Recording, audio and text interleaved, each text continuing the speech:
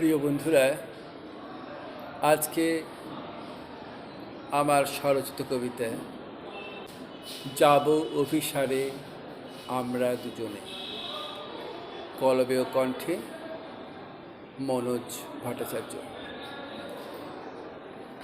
লাল গোলাপ আছে ডালায়, বেলি ফুল সাদা, খোপায় গুজে দিলাম সখী হলুদ রঙা গাঁদা।